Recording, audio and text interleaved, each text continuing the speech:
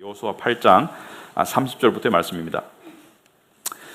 그때 여호수아가 이스라엘의 하나님 여호와를 위하여 에발산에 한 제단을 쌓았으니 이는 여호와의 종 모세가 이스라엘 자손에게 명령한 것과 모세 율법책에 기록된 대로 쇠 연장으로 다듬지 아니한 새 돌로 만든 제단이라. 무리가 여호와께 번제물과 화목제물을 그 위에 드렸으며 여호수아가 거기서 모세가 기록한 율법을 이스라엘 자손의 목전에서 그 돌에 기록하매 온 이스라엘과 그 장로들과 관리들과 재판장들과 본토인뿐 아니라 이방인까지 여호와의 언약궤를 맨 레위 사람 제사장들 앞에서 궤의 좌우에 서되 절반은 그리심산 안에 절반은 에발산 앞에 섰으니 이는 전에 여호와의 종 모세가 이스라엘 백성에게 축복하라고 명령한 대로 함이라.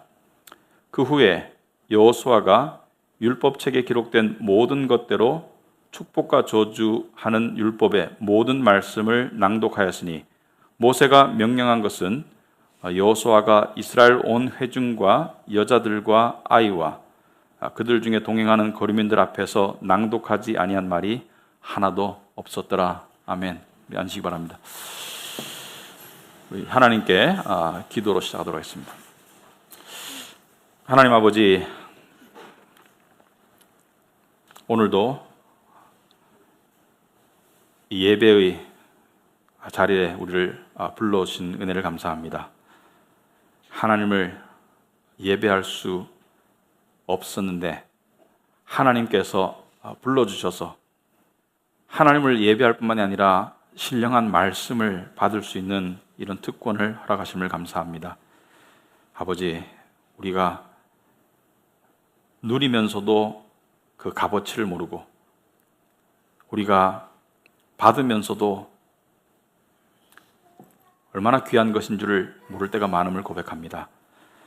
아버지, 우린 이러한 대접을 받을 자격이 없는 자들이었음에도 불구하고 본질상 진노의 자녀였음에도 불구하고 우리를 불러주셔서 말씀으로 먹이시고 우리를 진리의 길로 인도하심을 감사합니다. 오늘 말씀을 통해서도 우리가 참 깨우침이 있도록 하옵시고 오늘 말씀을 들었기 때문에 더 이상 전과 같이 살 수 없는 그런 피조물이 될 수 있도록 인도하여 주시옵소서. 예수님 이름으로 기도합나이다. 아멘.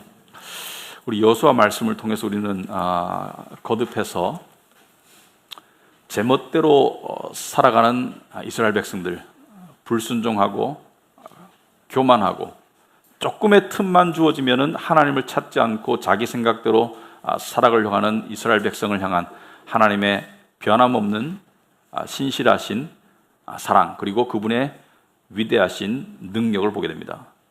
무슨 말이냐면 하나님은 당신이 계획하시고 원하시는 대로 이루고 끌고 가시는 분입니다. 우리가 어떠한 선택을 하든 우리가 어떠한 고집을 부리든 하나님은 당신이 계획하신 대로 역사를 끌고 가시는 분입니다. 여기에 우리의 소망이 있는 줄 압니다. 우리의 신앙인의 삶도 마찬가지죠. 내 멋대로 하고 싶고 믿음을 저버릴 때가 있고 하나님과 상의하지 않고 기도하지 않고, 하지만 큰 그림 속에서 우리는 어딘가를 향해 가고 있어요. 그 어딘가는 하나님이 예비하신 하나님의 나라입니다. 영적 가나안을 향해서 나아가고 있어요. 자, 오늘 이 요단강을 건너서 광야를 지나와서 요단강 동쪽에 있는 시온과 옥의 아모리 족속의 두 왕을 쳐부수고 죽이고 요단강을 기적적으로 건너서 여리고성을 기적적으로 함락하고 그 다음에 우쭐에서 아이성에서 패배했다가 아간 때문에 아이성을 매복술로 다시 함락하고 이스라엘은 요단강을 건너서 서쪽 지중해로 예루살렘 방향으로 진격을 하고 있어요.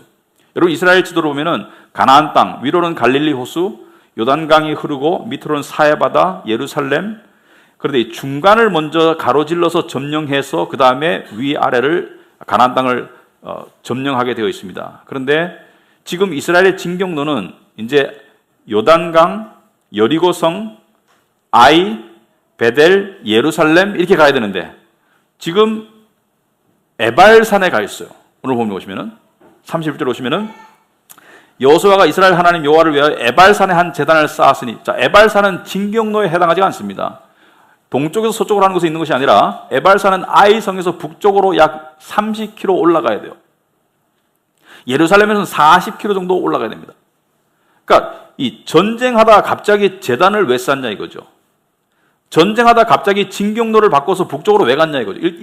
서진하고 있는데 다음 목표가 예루살렘 쪽인데 왜 북쪽으로 왜 갔냐? 갑자기 제단을 왜 쌓았으며, 여기 보면은 이 산들 이름이 나오죠. 좀 생소한데 에발산이 나오고 그리심산이 나오고, 뭐 산들의 백성이 이스라엘 12지파가 양쪽으로 나뉘어서 한 지파는 에발산에 서고 한 지파는 그리심산에 서고, 이 내용을 정리를 해보자면은 이 에발산은 그리심산의 북쪽에 있고요, 그리심산은 에발산의 남쪽에 있어요.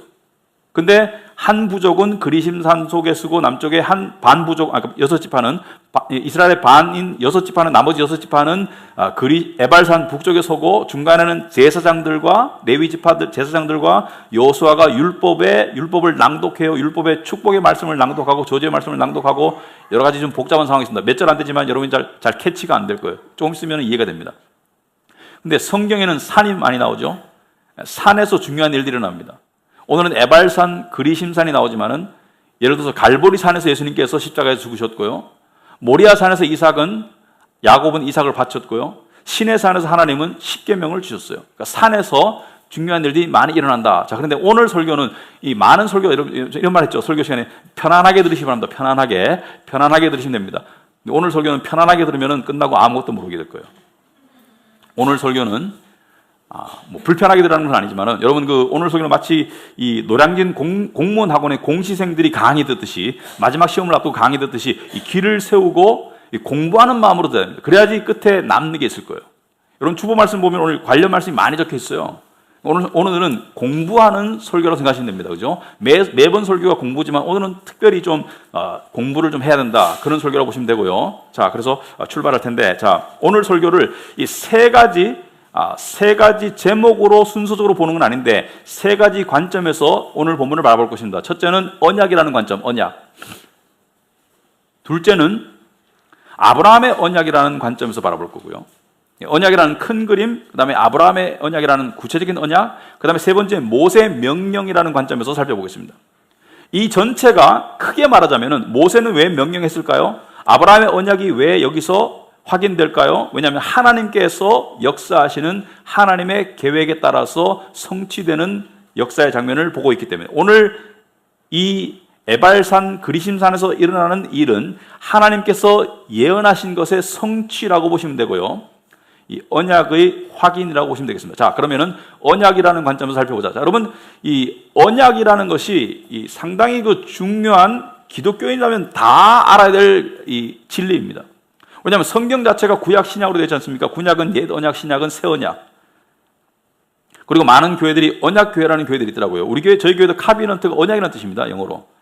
근데 언약이라는 게 상당히 중요한 개념인데 많은 사람들이 잘 몰라요. 그래서 우리 교회가 올 상반기에, 그죠? 언약 신학을 수요 강의에서 수요일 목요일날 강의를 했었죠. 언약 신학을 했었습니다. 근데 언약 신학 1월 17일 날 제일 처음 했을 때 수요일 날 언약이란 무엇인가 유튜브에 나와 있어요. 보니까 사람들이 듣더라고요. 가시면은 자세하게 공부할 수 있습니다. 그래서 필요하신 분들은 가서 들으시면 되고요. 자, 이때까지 언약을 모르시는 분들은 오늘 좀 깨우치기를 바랍니다. 왜냐하면은 언약을 모르고 성경을 이해할 수 없고요, 언약을 모르고 하나님의 은혜를 이해할 수 없어요. 기독교는요, 진리를 알므로 출발하는 것입니다. 많은 예수님의 제자들이 요한복음 6장에 보면은 예수님이 우리가 어떻게 해야 하나님의 일을 하오리까? 하나님의 일을 할 수 있는 방법을 알려주세요. 일을 할 수 있는 길을 알려주세요. 예수님께서 뭐라 그랬습니까? 하나님이 보내신 자를 믿는 것이 하나님의 일이다. 믿는 영적인 지적인 활동이 모든 믿는 활동의 근본임을 이야기하고 있습니다. 그러므로 우리는 알아야 되는데, 언약은 반드시 알아야 돼요. 이미 아시는 분들은 기억을 새롭게 하시길 바라고, 아직까지 모르시는 분들은 오늘 귀를 쫑긋하고 언약이 무엇인지 조금 깨우칠 수 있기를 바랍니다. 자, 그렇다면 언약이 무엇인가? 그것을 알기 위해서 우리가 창세기 15장을 한번 봐야 되겠습니다. 여러분, 창세기에 보시면은 12장에 하나님께서 아브라함을 부르세요. 갈대아 우르, 그러니까 갈대아는 바벨론 족속이 사는 바벨론 족속을 말합니다. 갈대아인은 바벨론, 남쪽 이스라엘 남쪽 유다를 멸망시켰던 바벨론을 말해요. 갈대아 우르 지역의 사람이었던 이 아브라함을 하나님께서 부르세요. 그리고 어디로 가라 합니까? 내가 너에게 주는 땅으로 가라. 가나안 땅으로 가라 그래요. 그리고 난 다음에 하나님께서 두 가지를 약속하시죠. 나중에 보겠지만은 첫째는 이 땅을 너에게 주마.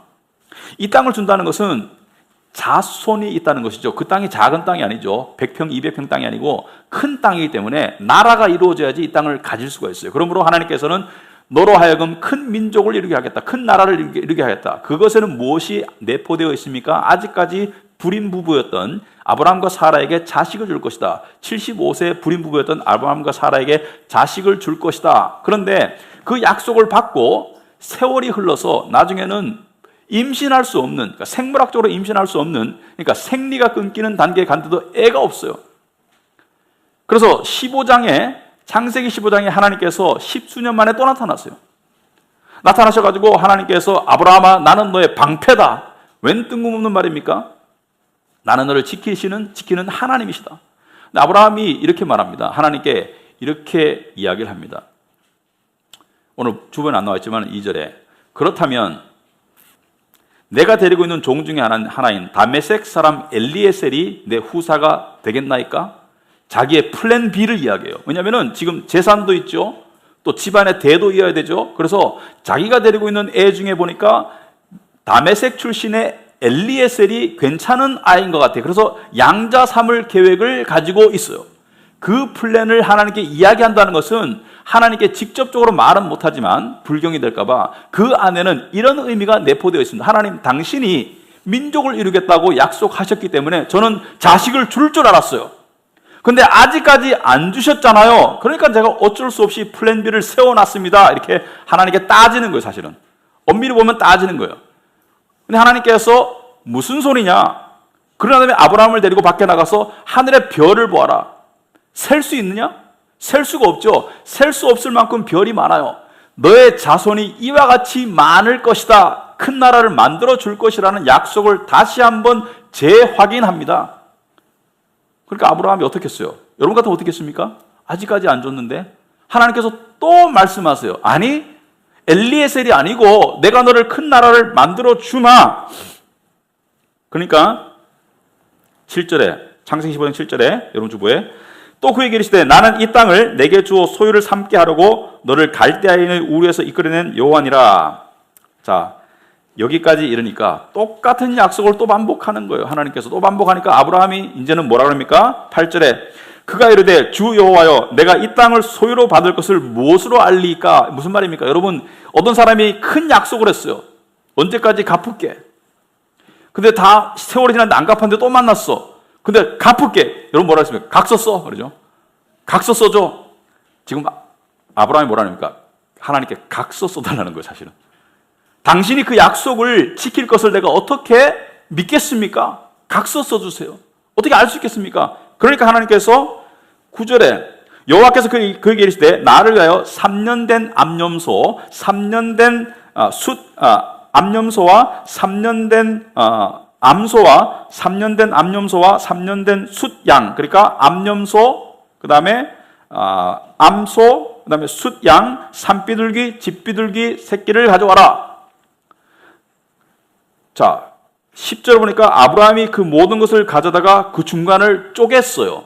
자, 무슨 말이냐면은 하나님께서는 그냥 3년 된 암염소, 암염소, 숫양을 가져오고 집비둘기, 산비둘기 가져와라 그러는데 다짜고짜 짐승을 반으로 쪼갰어요. 정확하게. 그러니까 제가 짐승이라면은 정수리부터 이렇게 꼬리까지 쭉 쪼개가지고 어떻게 했냐면은 양쪽이 마주보도록, 그러니까 쪼갠 쪽이 마주보도록 양쪽에 놨어요.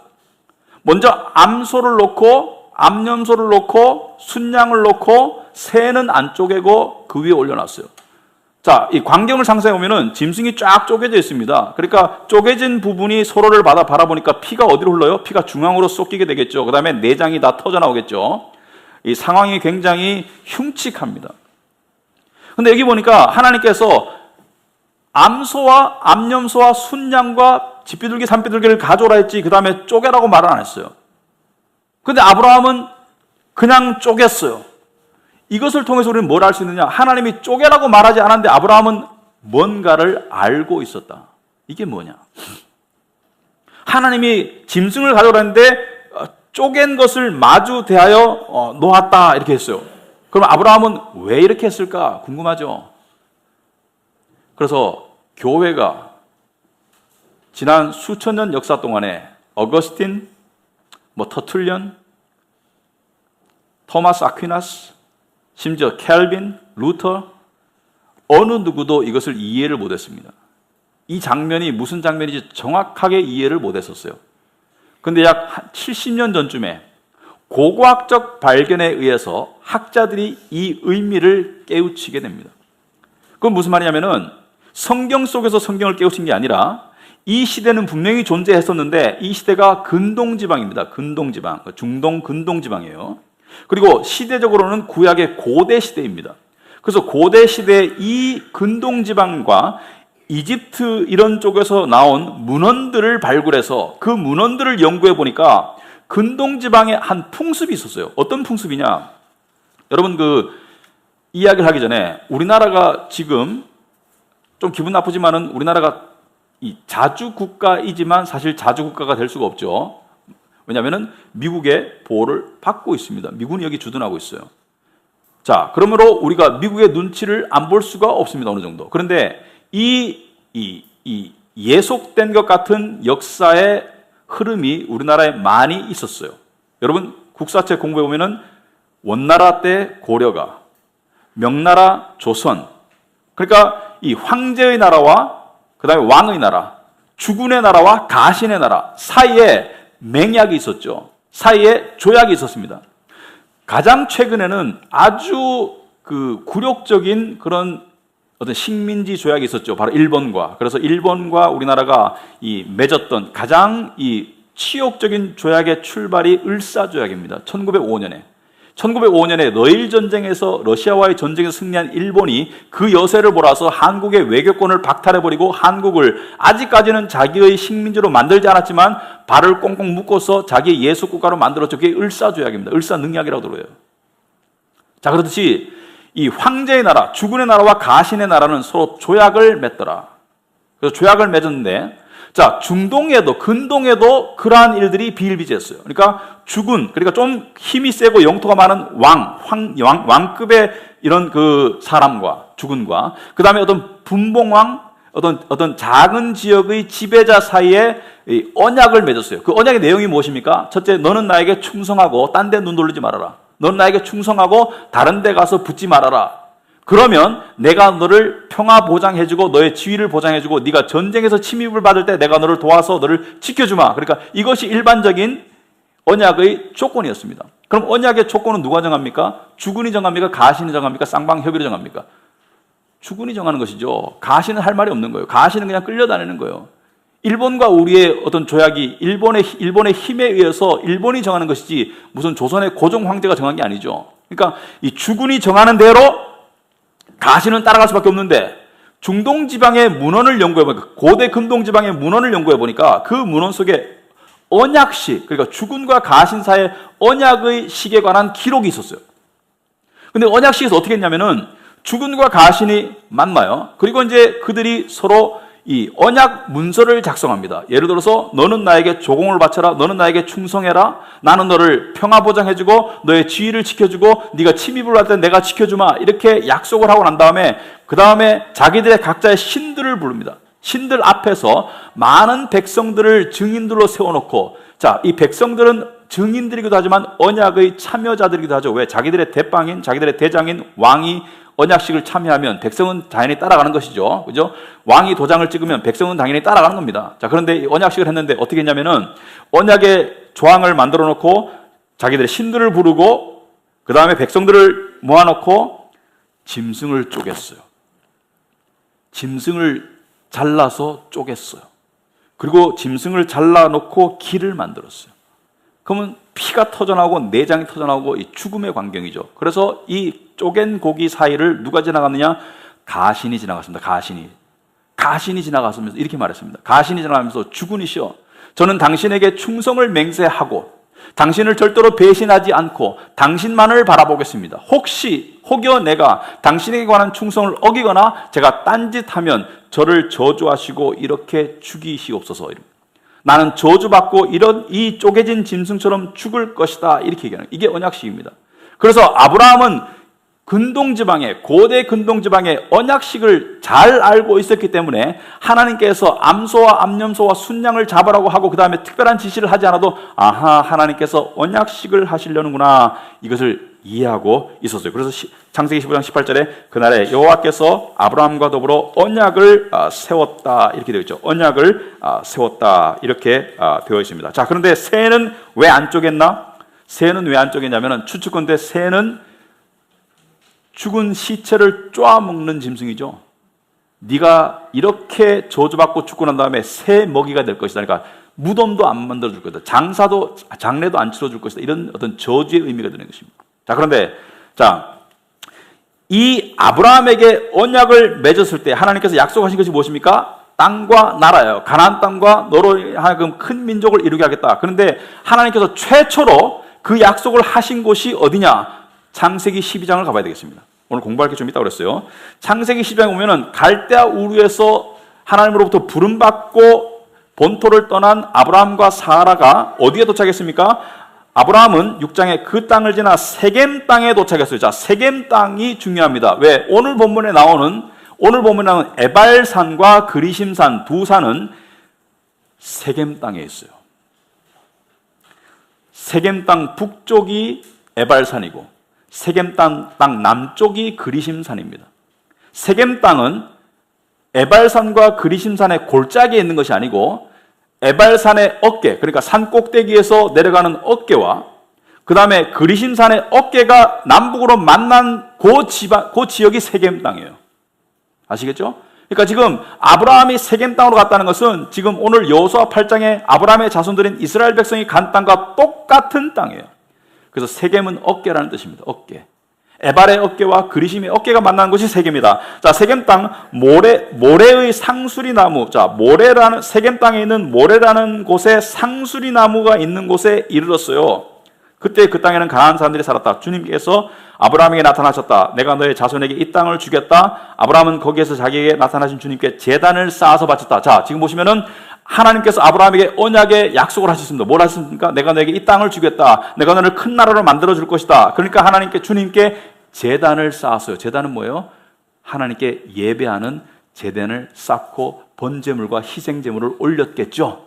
자, 그것을 기억한다면 오늘 이스라엘 백성들은 어떻게 하고 있습니까? 31절에 여호와의 종 모세가 이스라엘 자손에게 명령한 것과 모세의 율법책에 기록된 대로 쇠 연장으로 다듬지 아니한 새 돌로 만든 제단을 쌓았죠. 아브라함이 제단 쌓았던 거기서 똑같은 제단을 또 쌓았어요. 하나님께 예배했어요. 그리고 번제물과 화목제물을 그 위에 드렸다라고 되어 있습니다. 제단을 쌓았어요. 자, 이 세겜에서 제단을 쌓은 것, 에발산에 제단을 쌓은 것은 오늘 31절을 보니까 모세의 율법책에 기록된 대로 이렇게 말하고 있습니다. 자, 그렇다면은 이것은 아브라함의 언약을 확인하고, 그죠? 최초에 하나님께서 아브라함에게 세겜 땅에서 나타나셔서 아브라함이 거기에 제단을 쌓았고 아브라함에게 뭘 약속했습니까? 이 땅을 네 자손에게 줄 것이다. 네가 큰 나라를 이룰 것이다. 자, 오늘 여호수아 8장의 모습은 이 아브라함에게 준 하나님의 언약의 성취입니다. 그대로 이루어진 거예요. 육적인 성취예요. 큰 민족을 이루었죠. 약 700년, 800년 뒤에 그 땅에 와서 이 땅을 받았죠. 성취인 거예요. 그러니까 바로 예루살렘으로 못 가는 거예요. 그러니까 이 언약을 확인하고 이 언약의 성취를 기념하고 이 언약을 갱신하는 의미에서, 언약을 재확인하는 의미에서 그 북쪽에 가가지고 거기에 제단을 쌓은 거예요. 바로 자기들의 조상 아브라함이 제단 쌓았던 바로 그 장소에서. 이것은 또한 모세의 율법이기도, 모세의 명령이기도 했습니다. 모세는 가나안 땅을 보지를 못했죠. 모세는 이집트에서 태어나서 광야에 살다가 이집트에 다시 갔다가 광야에 살다가 죽은 사람이 모세예요. 모세는 가나안 땅을 본 적이 없습니다. 그런데 모세가 하나님의 영감으로 이스라엘 백성들에게 뭐라고 명령했습니까? 신명기 11장에 나와 있죠. 29절에 주 당신들의 하나님이 당신들이 들어가서 차지할 땅으로 당신들을 인도하여 들이실 때, 하나님께서 가나안 땅에 당신들을 들이실 때 당신들은 그리심산에서는 축복을 선포하고 에발산에서는 저주를 선포하십시오. 에발은 북쪽, 그리심은 남쪽. 에발에서 저주를 선포하고 그리심에서는 축복을 선포하십시오. 그 다음에 이 두 산은 요단강 서쪽에 있습니다. 요단강 서쪽에 있죠. 요단강 건너고 난 다음에 자, 모래 상수리죠. 여러분 주목하시기 바랍니다. 아까 창세기 12장에 아브라함이 어디에 있었어요? 모래 상수리에 있었어요. 모세는 모래 상수리를 본 적이 없습니다. 모래라는 곳에 상수리 나무가 있을 것이다. 거기다, 바로 거기. 모래 상수리 곁, 나무 곁, 길갈 맞은 쪽, 요단강에서 서쪽으로 얼마만큼 들어간 곳에 있고 지역이 어딘지를 설명하는 거예요. 요단 계곡 아라바에 살던 가나안 사람의 영토에 속합니다. 자, 아라바는 요단강 이 낮은 서쪽과 여리고성 주위를 아라바라고 합니다. 아라바는 큰 지역이에요. 자, 거기에 가거든 모래 상수리 나무 곁에 그리심산 에발산에서 반드시 여호와께 제단을 쌓고 제사를 드리거라 명령했었어요. 근데 좀 더 구체적으로 그 명령을 보면은 신명기 27장에 이게 너무나 중요해서 모세가 죽기 전에 또 한 번 명령합니다. 신명기 27장에 그때 모세가 백성에게 명령하였다. 주보에 나와 있죠. 당신들이 요단강을 건넌 뒤에 백성에게 축복을 선포하려고 그리심산에 설 지파들은 시몬과 레위와 유다와 아사갈과 요셉과 베냐민 지파다. 12지파 중에 그러니까 6지파는 그리심산에서 축복을 선포하고, 그리고 저주를 선포하려고 에발산의 설 지파들은 루벤과 갓과 아셀과 스불론과 단과 납달리 지파입니다. 자, 오늘 본문에 이스라엘 백성이 반반씩 나누어서 구체적으로 어느 지파인지는 안 나왔지만은 이 지파대로 나누었겠죠. 나누어서 반인 6지파는 북쪽 에발산, 반인 나머지 6지파는 남쪽 그리심산에 섰는데, 오직 레위 지파는 대부분이 그리심산 축복의 산 쪽에 섰지만은 일부는 제사장이기 때문에 중간에 섰어요. 그래서 여호수아와 함께 중간에서 율법의 축복과 저주를 선포합니다. 율법의 축복과 저주를 선포합니다. 여러분, 율법은 왜 축복이고 율법은 왜 저주입니까? 율법을 지키는 자에게는 축복이 있을 것이다. 율법을 어기는 자에게는 저주가 있을 것이다. 이렇게 선포하는 거예요. 여러분, 율법은요, 그러니까 이 신명기 27장에 보면은 구체적으로 모세가 이렇게 선포하라고 말했는데, 저는 그것을 사용하지 않고 원래 율법인 10계명을 생각해보면 10계명의 제일 첫 계명이 무엇이죠? 주 너의 하나님 외에, 나 외에는 다른 신들을 내게 두지 말아라. 다른 신들을 너에게 안 두고 율법을 지키면은 내가 너를 축복할 것이다. 하지만 다른 신들을 섬기고 우상을 숭배하면 내가 너를 저주할 것이다. 두 번째, 너를 위하여 새긴 우상을 만들지 말아라. 하늘에 있는 형상이나 땅에 있는 형상이나 땅 아래 물속에 있는 형상이나 어떠한 형상도 만들지 말고 그것들에게 절하지 말아라. 그것들에게 절하지 않고 우상을 안 섬기면 내가 너를 축복할 것이고 우상을 섬기면 내가 너를 저주할 것이다. 하나님의 이름을 망령되이 일컬지 말아라. 말끝마다 하나님 갖다 붙이는 사람이 있어요. 신앙이 좋은 듯 이렇게 보이게 하기 위해서인지. 하나님의 이름을 자기의 주관적인 스토리에다 막 갖다 붙이는 거 하나님께서 금하셨습니다. 네 번째, 안식일을 기억하여 거룩하게 지켜라. 안식일을 거룩하게 지키면 축복이 있을 것이고 어기면 저주가 있을 것이다. 네 부모를 공경하라. 살인하지 말아라. 예수님께서 말씀하셨죠. 남에게 욕하거나 남을 미워하거나 남을 깔보는 것도 인격적인 살인이다. 간음하지 말아라. 실제적인 육체적인 간음도 간음이지만 마음으로 음란한 생각을 품는 것 자체가 간음이다. 거짓말하지 말아라. 도둑질하지 말아라. 내 이웃을 향하여 거짓 증거하지 말아라. 그리고 뭐라 했어요? 탐심을 내지 말아라. 네 이웃의 아내나 그의 남종이나 여종이나 그의 것들, 그의 낙이나 물은 네 이웃의 소유를 탐내지 말아라. 이렇게 여러분이 이스라엘 백성이에요. 여러분이 여호수아 8장에 나온 이스라엘 백성이에요. 반반씩 나눠섰어. 반은 에발산에, 반은 그리심산에. 여호수아가 율법을 읽어요. 율법의 축복과 저주를 선포합니다. 여러분 어떻겠습니까? 그 말씀을 들으면서 나는 꼭 지켜서 축복받을까 이런 생각이 들겠습니까? 벌벌 떨리겠습니까? 벌벌 떨리죠. 왜? 이미 지금 우상을 가지고 있거든요. 이미 우상을 가지고 있어요. 여러분, 이 하나님의 율법 앞에서, 이 하나님의 거룩하신 율법의 선포 앞에서, 율법이 정해주는 인간의 축복과 저주의 길 앞에서 나는 예외라고 말할 수 있는 사람 아무도 없습니다. 나는 하나님 안 믿어? 믿지 마세요. 나는 신이 없다고 생각해? 그렇게 생각하세요. 자기의 주관적인 생각이 어떠할지라도 객관적인 진리는 변하지 않습니다. 오늘 본문에 보시면은 유의할 말씀이 있죠. 34절에 여호수아가 율법책에 기록된 모든 것대로 축복과 저주하는 율법의 모든 말씀을 낭독하셨다. 모든 말씀을 모든 백성에게 낭독하셨어요. 율법에 하나도 하나님이 타협하지 않습니다. 그래서 신약에 보면은 네가 하나를 어기면 다 어긴 거랑 똑같아. 하나를 어겨도 사형이고 10개를 어겨도 사형이고 하나를 어겨도 저주고 10개를 어겨도 저주고 모든 사람에게 모든 율법을 선포했는데 만약에 우리가 하나님의 율법 앞에 서 있다는 것을 상상해 보기 바랍니다. 다 서 있어요. 만약에 아니고 다 서 있어요. 첫 계명, 나 외에 다른 신을 섬기지 말아라. 두 번째 계명과 연결되어 있습니다. 우상을 만들지 말아라. 신이란 무엇입니까? 우리가 가장 예배하고 의지하고 갈망하는 게 신입니다.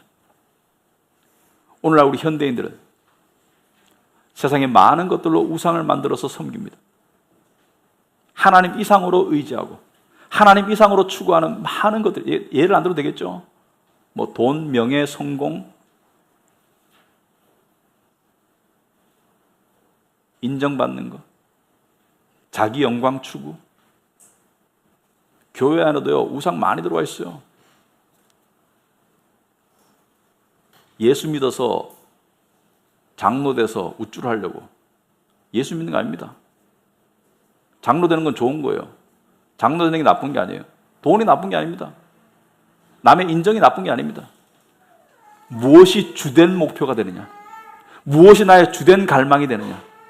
하나님을 능가하는 모든, 하나님 이상의 갈망하는 모든 것들이 우상이에요. 그러니까 우상 숭배했기 때문에 시편에 보면은 또 이 구약의 많은 선지서에 보면은 너희가 율법을 어겼다, 너희가 우상을 숭배했다, 그러므로 내가 너희를 저주하마. 그래서 어떻게 했어요? 북쪽 이스라엘은 아수르에게 멸망하고 남쪽 유다는 바벨론에게 멸망하고 제국의 포로로 잡혀가가지고 유랑 생활하면서 많은 사람들이 죽었죠. 그리스, 로마. 여러분 우리는요, 여러분 이 율법 앞에 서면 어떻게 되겠습니까? 살인하지 말아라? 우리 마음으로 남을 저주할 때 있습니다. 마음으로 남을 깔볼 때 있습니다. 간음하지 말아라? 우리는 음란할 때가 많습니다. 거짓말하지 말아라? 하나도 지킨 것이 없어. 지킬 수 없어요. 탐심 내지 말아라. 남의 큰 집도, 남의 성공도, 남의 자동차도 탐하지 말아라. 하나님 주신 것으로 만족하고 감사해라. 여러분, 우리도 저주받아야 마땅합니다. 축복받을 수 없습니다. 율법에 의하면은 우리는 저주받아야 마땅합니다. 근데 우리는 저주 안 받나요?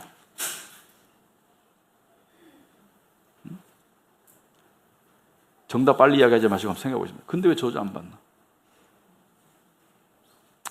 오늘 본문에 좀 특이한 것을 하나 여러분이 발견했을지 모릅니다. 여러분이 집을 지을 때 저 땅은 별로 안 좋은 땅이고 이 땅은 좋은 땅이야. 이 땅은 단단하고 저 땅은 푸석해. 저 땅은 사람이 죽어나가는 저주의 땅이고 이 땅은 축복의 땅이고 어디 짓겠습니까? 당연히 이 땅에 짓죠. 아니, 어느 누가 저주의 땅에다가, 더러운 땅에다가, 안 좋은 땅에다가 집을 짓겠습니까? 집도 그런데 하물며 하나님께 드리는 제단을, 예배에 터지는 제단을 어느 산에다가 했어요? 그리심 축복의 산이 아니고 어느 산에다 했어요? 에발산에 했어요. 저주의 산에다 했어요. 왜 제단을 저주의 산에다 쌓았나? 그 제단에서 바쳐진 번제물과 희생의 제물, 피를 뿌리고 죽임을 당하고 하나님 앞에 바쳐진 그 제단 위의 제물.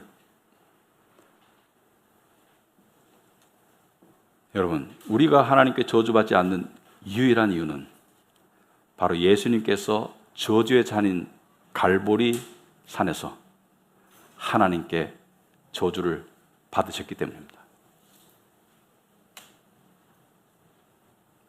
에발산에 왜 제단을 쌓아요? 그리심산에 안 쌓고.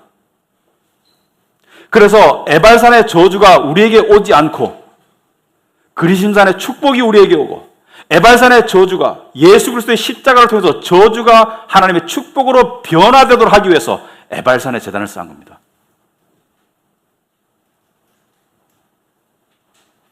무슨 말입니까? 하나님께서는 얘들아, 너희들은 이 율법에 따르면 다 저주를 받을 거야. 너희들은 다 저주를 받을 거야. 그런데 내가 내 아들을 보내서 또는 내가 육신이 되어서 이 땅에 와서 너희들의 저주를 대신 받을 것이다. 그래서 너희들을 향한 저주가 축복으로 바뀌도록 하겠다. 왜? 너희들을 향했던 저주가 내 아들에게로 향할 것이다. 나에게로 향할 것이다. 그러므로 너희에게는 축복이 향할 수 있도록 하겠다는 것을 말씀하십니다. 여러분, 아까 우리 창세기 15장 볼 때 한 가지 간과한 사실 있죠. 다시 한번 보도록 하겠습니다. 창세기 15장에. 자, 아브라함이 하나님의 명령에 따라서 암소, 암염소, 숫양을 반으로 쪼개가지고 길 양쪽으로 펼쳐놓았어요. 자, 아브라함이 지금 무슨 생각할까요? 언약식을 한다는 것은 알고 있었어요. 고대 근동지방의 일반적인 풍습이기 때문에 언약식을 하는데, 자, 언제 하나님이 나보고 지나가라고 할까? 언제 하나님이 나보고 지나가라고 기다리고 있는 겁니다. 언제 하나님이 나보고 지나가라고 할까? 왜? 지나가면서 제가 하나님을 순종하겠습니다. 제가 하나님을 지키겠습니다. 하나님, 제가 믿음을 저버리거든 저를 이렇게 저주하셔도 됩니다. 제가 죽을 것입니다. 그런데 밤이 되었어요. 17절에, 창세기 15장 17절에 해가 지고 어둠이 짙게 깔리니 연기 나는 화덕과 타오르는 횃불, 무엇을 상징합니까? 하나님의 거룩하신 임재를 상징합니다. 시내산에 나타났던 떨기나무의 횃불처럼 하나님의 임재가 갑자기 나타나서 쪼개놓은 희생제물 사이로 지나갔어요. 여러분, 이게 놀라운 겁니다. 아브라함이 안 지나갔어요. 하나님이 지나가셨어요. 아브라함은 이때 복음을 깨달았습니다. 아, 나의 모든 죄와 나의 모든 실패와 나의 모든 불신앙에 대해서 하나님이 대신 당신을 저주하실 것을 이야기하신 것입니다.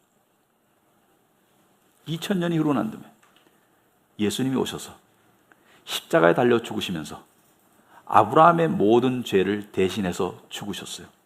왜? 아브라함도 죄를 많이 저질렀죠? 하나님의 이 약속 뒤에 어떻게 했습니까? 하가를 취해서 이스마엘을 낳았죠. 약속을 안 믿었어요. 와이프를 2번이나 팔아먹으려고 했었죠. 자기를 살리려고. 이기적이고 지독했어요. 근데 아브라함뿐만이 아니라 믿음 안에서 아브라함의 진정한 이스라엘 자손인 우리도, 예수를 믿는 우리도 우리의 모든 죄를 대신해서 하나님께서 저주의 길을 걸어가셨다. 이것이 십자가입니다. 우리가 가야 될 길을, 우리가 가야 될 십자가의 길을 예수님이 대신 가셨다. 이게 복음입니다. 그래서 어떻게 했습니까? 우리가 용서받고 우리를 향한 저주가 멈추고 우리를 향한 축복이 시작되었다. 이게 복음입니다. 여러분, 그렇다면 우리 어떻게 살아야 되나? 구원받았어요. 어떻게 살아야 되나? 자, 율법에 의해서는 구원받을 자가 없습니다. 율법은 우리의 죄를 깨닫게 하고, 심지어 우리의 죄를 더 짓게 하고, 우리가 저주의 운명인 것을 가르쳐 줄 뿐이지, 율법 지킴에 의해서 구원받는 거 아닌 거 아시죠? 우리는 오직 은혜에 의해서 구원받습니다. 그렇다면 율법은 소용없는가? 여전히 율법을 통해서 하나님께로 나아가려고 하는 율법주의자들이 있습니다. 그건 종교인이죠. 사도 바울의 말에 의하면 저주를 받을지어다. 갈라디아서 1장. 또 한편으로는 나는 은혜로 구원받았기 때문에 이제 율법은 상관없어. 그냥 내 멋대로 살아도 괜찮아. 그게 가능하면 그리스도인이 아니겠죠. 뭐냐? 우리의 신분은 하나님의 은혜로 의해서 정해지지만 우리의 신앙인으로서 삶, 우리가 에발산의 저주의 삶을 사느냐, 그리심산의 축복의 삶을 사느냐는 여전히 율법에 달려 있습니다. 여러분이 하나님의 율법 앞에 떨고 율법을 겉으로 지키는 척하는 것이 아니라 성령의 은혜, 능력과 은혜를 힘입어서 율법을 순종하고 자기 육신을 쳐부수고 율법을 순종하는 그러한 삶으로 나아가면 우리의 삶 속에 그리심산의 축복이 자리 잡을 것이지만, 우리가 거듭해서 율법을 무시하고 내 마음대로 살고 그러면 에발산의 저주가 우리 안에 임할 것입니다. 구원을 이룬다는 얘기는 아니에요. 구체적으로 말하겠습니다. 무엇이 에발산의 저주의 삶인가? 에발산의 저주의 삶은 우상숭배의 삶입니다. 에발산의 저주의 삶은 나의 인생의 목표가 가장 중요한, 나의 개인적인 영달이 가장 중요한, 나의 영광 추구가, 내 이름이 드높아지는 것이 가장 중요한 것이 바로 저주의 삶입니다. 대부분의 사람들이 살아요. 대부분의 사람들이 요번에 제가 뭐 남 까는 얘기는 잘 안 하지만 BTS 유엔 연설 여러분을 사랑하세요. 어떻게 더 사랑하라고? 이미 충분히 사랑하는데 어떻게 더 사랑하라고? 그게 가장 큰 문제인데, 자기를 사랑하기 때문에 괴로운 것이죠. 자기를 사랑하기 때문에 자기가 못나니까 아픈 것이고, 어떻게 더 사랑하라고? 그 메시지를 듣고 사람들이 눈물을 흘리더라고요. 아니요. 자기 애는 인간의 본능입니다. 그게 그리심산의 삶이에요. 에발산의 삶이에요. 우리 어떻게 살라고? 주 너의 하나님을 마음과 뜻과 목숨을 다해서 사랑해라. 하나님의 나라를 생각해가고, 하나님의 손발이 되어서 하나님이 원하시는 가난한 자들을 보살피고, 하나님이 원하시는 세상의 빛과 소금이 되고, 하나님의 영광을 추구하는 삶으로 나아가는 것, 그게 그리심의 축복의 삶입니다.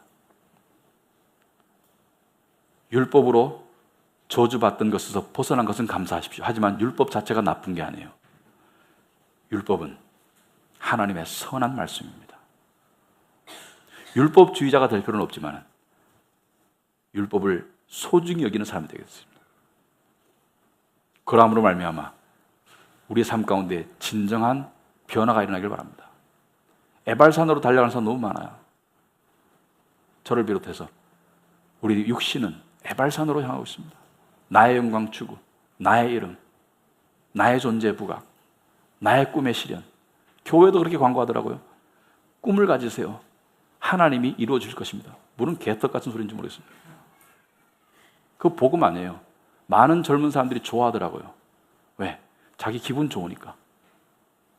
아니요. 여러분을 향한 하나님의 꿈이 이루어질 겁니다. 기도하겠습니다.